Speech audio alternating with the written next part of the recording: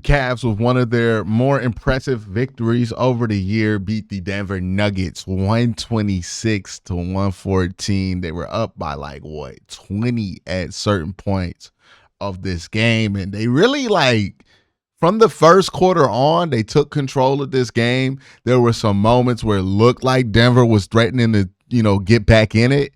But for the most part, the Cavs had complete control over this one. This is a phenomenal game for the Cavs here. They're finally shooting the three ball well again, right? That had been something against the Atlanta Hawks where they lost those 2 games, where the Cavs were just really going through some bad shooting splits. And a lot of people were concerned, is this permanent? Are those just outlier performances? I feel comfortable watching this Cavs team respond to those 2 losses to Atlanta with wins over the Celtics and the Nuggets and 3 wins in a row since those 2 losses, that maybe those losses to the Hawks were due to some outlier bad shooting nights from players who don't usually shoot that poorly. They beat the Denver Nuggets today. Jokic played, right? I know people try to discount anything that the Cavs do and try to find a way to make that win not matter. But Jokic played, and Jokic was cooking, right? He had 27, 20, and 11, which is pretty normal for Jokic. But he was hooping, right? Played 39 minutes in this one. Michael Porter, I thought, played okay in this game. Aaron Gordon was pretty good in this game as well. The players who usually play well for the Denver Nuggets, they were out. The one thing the Denver Nuggets couldn't do is the one thing that they're known for not being able to do, which is shoot the 3 ball. The Cavs were able to do that a lot easier. I also think Dean Wade returning in this game was really big for the Cavs because he didn't do much. When you look at the stat sheet, right, 19 minutes, 2 of 5 from the field, made 5 points. But I thought he provided a lot of help defense in length in the help defense that the Cavs desperately needed. The Nuggets turned this ball over about 15 times. I think the Cavs had 9 steals. And Dean wasn't I don't think he recorded a steal, but I think he was a part of how those steals got in position for Evan Mobley to get 3 of them. And that's another thing we got to talk about. Evan Mobley, man, that 3-point shot. I know people were mad at him when he first started doing it, but he's 3 of 5 tonight. He shot 60% from 3 from the floor. He was 7 and 11, 20 points, 9 rebounds, 4 assists in a night where there is a true big man on the floor opposite of him. But I think in this game they were playing a lot of small ball when Jokic was on the floor because I think it ended up being Jamal Murray having to defend him. I don't remember seeing Aaron Gordon being on Evan Mobley a ton in this game. And Evan Mobley took care of business when he did get those mismatch opportunities. And I like that he does that now because he used to not do that, and that used to drive me crazy about him, right? But Evan, thought he played a pretty good game here. How many of his points were from the paint? He had 1, 2, 3, 4, 5. 5 of his buckets were from the paint.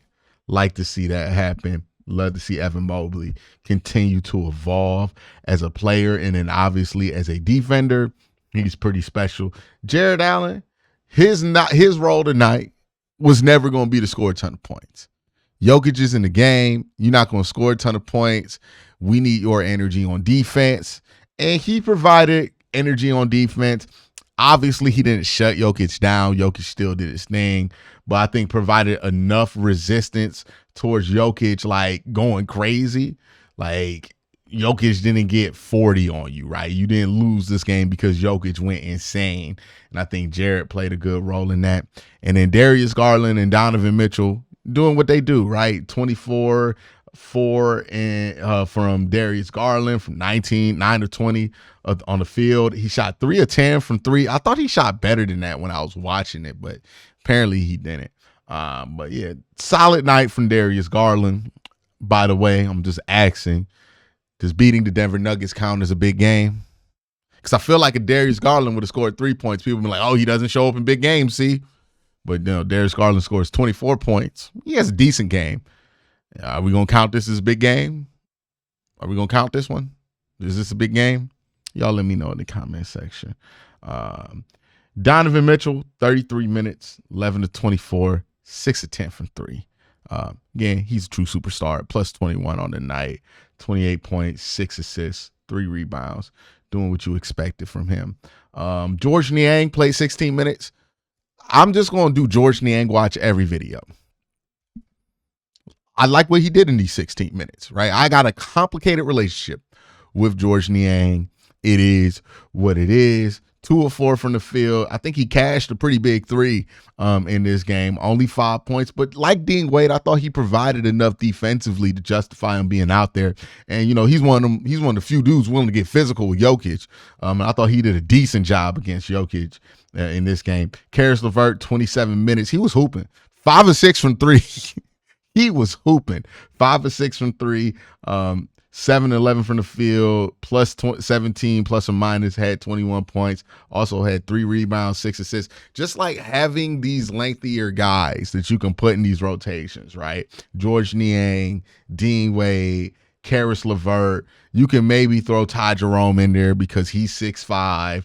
And even Sam Merrill at times, I thought he used his length well in this game, right? Like having these guys off the bench, having the bench scoring be able to put up consistent points. Everybody who checked in scored for the Cavs today.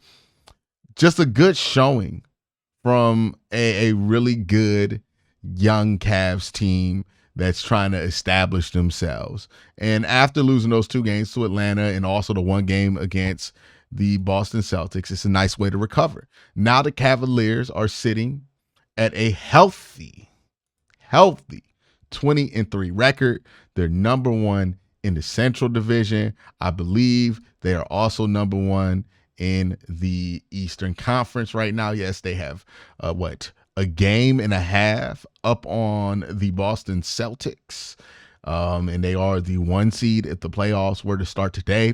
They currently own the best record in the NBA still. And if you look at their upcoming schedule, they play Charlotte, which is a winnable game. Miami will be a fun one to watch. Washington, that's a winnable game, right? Brooklyn, you feel like that's a winnable game. The way Milwaukee's been playing, you feel like that's a winnable game. The way the 76ers been playing, you feel like that's a winnable game. Utah, same thing there. And then they get to go on the little Christmas break. But Cavs have a nice little stretch here. We'll see. Could they go on another win streak? They're already at +3. Maybe they go on another win streak here. And what game, if you're a Cavs fan, are you looking for to be the next barometer, right? Is it going to be at Denver? Is it going to be at Golden State, at LA, that 3-game stretch they have right before New Year's, but after Christmas, which is a tough stretch. It's a West Coast trip. Are you going to draw a lot of conclusions from that run that they have there? Like, what opponent are you looking forward to the Cavs playing? Is it Atlanta because they beat you twice? Like, do you want to see them play better against the Hawks? If they do play when they do play the Hawks again, I promise y'all I won't show up in attendance because I'm apparently horrible luck for that, right? Is it one of the national TV games that you want to see them win, right? Like, is it the next game versus Indiana? Like, what is the measuring stick for this Cavs team right now? Because there's some skepticism that exists about them, even though they're 20-3, even though they've won some big games down the stretch. They've beaten Boston. They beat the Denver Nuggets. They've beaten Golden State. They beat the hell out of Golden State. They've already beat the New York Knicks. They've already beat the Los Angeles Lakers. Like, what is the barometer for this team for a lot of people to kind of just take them seriously or respect them for what they've accomplished so far in this regular season? That's going to be interesting to see because since the Eastern Conference is so weak, people are going to have doubts about how good the Cavs are actually. But that's where the Cavs are. Cavs win. It's a very impressive win versus the Denver Nuggets, right? You beat a Denver Nuggets team, pretty much control them even when their best player is having a pretty good night. And I think that's worth something. But let me know what you think in the comment section down below. Y'all have a great day. Have an even better night. Peace.